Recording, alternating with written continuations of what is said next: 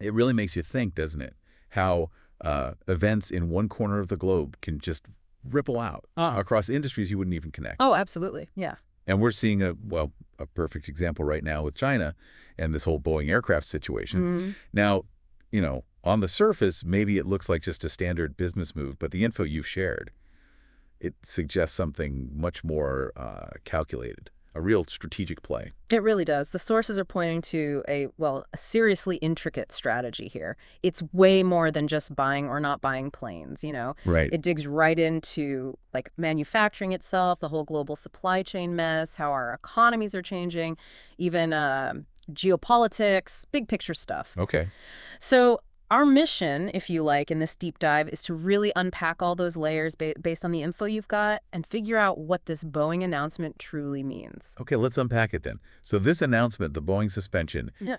it landed around, what, April 16th? That sounds about right, yeah, mid-April. And almost straight away, some Russian expert jumps in predicting, wow, potential losses for Boeing of like $10 to $15 billion a year? Yeah. If this ban lasts over 6 months. It's a staggering figure, isn't it? Really makes you sit up. But the sources are saying it's not just about hitting Boeing's bottom line. There's more to it. Exactly. The analysis suggests it's like a two birds, one stone kind of deal. Okay. First, yeah, it hits Boeing directly. And Boeing is still, a massive player in actual making things in the U.S., physical manufacturing. Right. Them and semiconductors, pretty much the last big ones. Pretty much.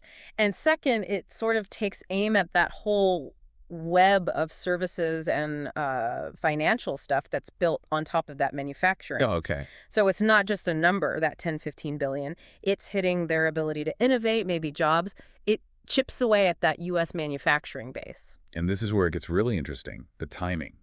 The info suggests this lines up pretty neatly with China getting its own plane, the Comac C919, further along. There's even a detail about the C919 maybe being ready for engine supply problems. Yeah. It uses APX engines now, right, from that U.S.-French venture. It does. And you have to wonder, is that just a coincidence? Probably not. So what's the bigger message here? Well, the fascinating part is the signal it sends for the future. It's not just about these current orders. It's China saying, hey, Boeing, civilian and military, you can't just assume we'll always be part of your supply chain. Especially for those critical materials. Exactly. Those rare, dispersed, and rare earth metals, absolutely vital for aerospace. Right. And that links straight to another thing that happened just before the Boeing news around April 4th. China put export controls on, 7 types of rare earths? Yes, medium and heavy rare earths. Things like samarium, terbium, dysprosium, stuff most people haven't heard of but are crucial. So why is that such a big deal for planes, for Boeing? Break that down. Well, connecting the dots, China basically has a near monopoly, not just digging them up, but the refining, the processing, the whole shebang. And these aren't just any metals, they're key for high-tech stuff. Civilian jets, yes, but also military hardware, fighters, missiles, you name it. So controlling the export. It really tightens the screws on Boeing's manufacturing, especially for anything considered dual-use stuff with both civil and military applications. China gets serious leverage across the board. It really underlines that point in the sources about the U.S. economy shifting so much towards, the virtual software services, tech support. Boeing makes good money there, too. Oh, absolutely. Big profits from technical service fees. But you still need the actual thing, the Yeah. physical manufacturing base. The sources say Boeing and ships are kind of the last pillars of that in the U.S. And that raises this really important question about this whole virtual upon virtual economy. Where does the value actually come from? Those service fees, they're great, right? Recurring revenue often gets reinvested in financial markets. But the sources argue, can that last long term without a strong manufacturing sector underneath it all? It's like a foundation. Yeah. Exactly. You need that tangible base. Think about the fees, software updates for the planes, maintenance guides, the IP in the aircraft. It all flows back to the U.S. into finance. But it starts with the physical product. It makes the whole structure a bit fragile if the base weakens. So this isn't just another round in the trade dispute, because the sources compare it to the start of the U.S.-China trade war under Trump. Back then, it seemed, more cautious. That's a really key distinction, yeah. Back then, it felt more like probing, testing the waters. Both sides seemed aware of how tangled up their economies were. Didn't want to break things too badly. Right, there was that sort of break on things. Lots of talk from China's side back then about how nobody wins a trade war. But this Boeing move, Yeah. it feels different somehow, more decisive. That's what the sources argue, that it shows China is really serious now about pushing back against what they see as this ongoing tariff war aimed at slowing them down. So less reaction, more calculated strategy. Precisely. The analysis really emphasizes the planning behind this. Look at the Y-20 transport plane China developed. The big military one. Yeah, full intellectual property rights. That's a huge achievement.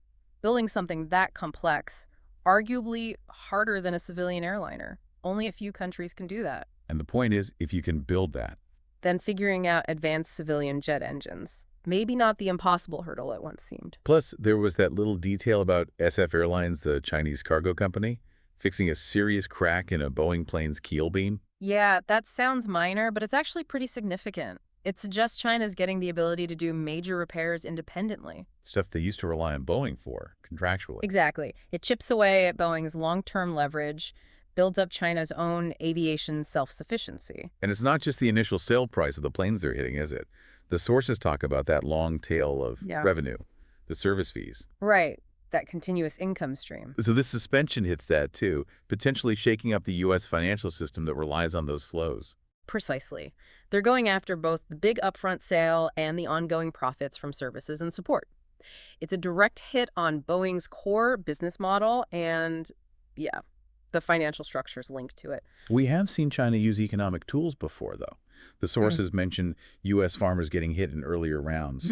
Agriculture was definitely targeted. And even Elon Musk apparently reacting publicly to market swings tied to Chinese policy. Yeah, he's been quite vocal about volatility sometimes. It shows the impact these moves can have. And what was that about the Chinese foreign ministry spokesperson referencing Mao Zedong? Something about the Korean War. Yes. Well, the Western media mostly read that as a signal, a very deliberate one, that China is dead serious this time. Like, don't underestimate us. Exactly. Like maybe the Trump administration, when it started the tariff war, miscalculated how China would eventually respond. This reference was seen as underlining that resolve. So putting this all together, the sources seem to hint that the U.S. still has a window, maybe, to change course, to avoid things getting worse. There's that suggestion, yeah. And interestingly, you're starting to hear different perspectives from people who were involved in U.S.-China policy before. Like Jake Sullivan, former national security advisor. Exactly. He's been critical of the Trump-era approach, arguing the tariffs actually backfired, made things worse, didn't really help the U.S. economy long-term. And he's saying don't view it as just win-lose. Right. Advocating for more nuance, cooperation where possible, not just zero-sum thinking. And it's not just him. Blinken, Yellen, others showing shifts in tone, too. The deep dive mentions similar vibes from them, yeah. It makes you wonder, doesn't it, about the difference between public statements and maybe a more pragmatic view behind closed doors. There was that sharp comment in one source about U.S. officials maybe lying on stage but speaking truth off stage about how complex the China relationship is. That's a pointed way to put it, but it captures the political sensitivity, doesn't it? And that story about Caroline Kennedy. Oh, yeah, accidentally showing how much Chinese stuff is everywhere with the social media posts. Yeah. And the Chinese consul general jumping on it. It just highlights that basic economic reality. It seems like China's tough response has sort of created space for people in the U.S., maybe Democrats or others, to criticize the old policies. Kind of ironic, isn't it, that global markets are supposedly watching the People's Bank of China more closely than the Fed now? Well, the sources suggest that, and if true, wow, that really tells you something about shifting economic gravity. It certainly does, a real sign of the times. Okay, let's pivot a bit. The wider ripples. Geopolitics. The sources flagged this joint air exercise, China and Egypt. Eagle of Civilization 2025. First ever. First of its kind, yeah, between those two. Why is that a big deal strategically? Well, if you link it to, say, statements from Admiral Paparo, the U.S. Indo-Pacific commander, about rising war risks near China, this exercise looks like China might be broadening its strategic game. Beyond just trade fights. Exactly. Projecting influence into key regions. And the Middle East is definitely key. And it wasn't a small exercise either. 5 Y-20 transports, an early warning plane, flying all the way to Egypt, refueling in Dubai. That's serious logistical reach. It really is. Shows capability. They mentioned that delivery to Serbia back in 2022 is another example of this long-range deployment ability. So China's stepping onto the Middle East stage in a new way. Yeah. Egypt's usually been more aligned elsewhere, historically. It's definitely significant. Egypt's a major player. China doing joint air exercises there. It could start shifting the regional balance, the security calculations. And this is happening while things are tense elsewhere. The source mentioned comments from Israel's defense minister about Gaza, Lebanon, Syria. Could Egypt and maybe Gulf states see China as another potential partner in that context? That's a very sharp point the source makes. For countries navigating all those regional complexities, diversifying partnerships makes sense. China's a rising power, offers technology, diplomatic weight. It could look appealing. Okay, last piece here. The deep dive looks at Trump. Potential shifts in his view on China. The assessment seems to be nearly 100 days in, not many big wins, maybe some soft power loss. That's the suggestion.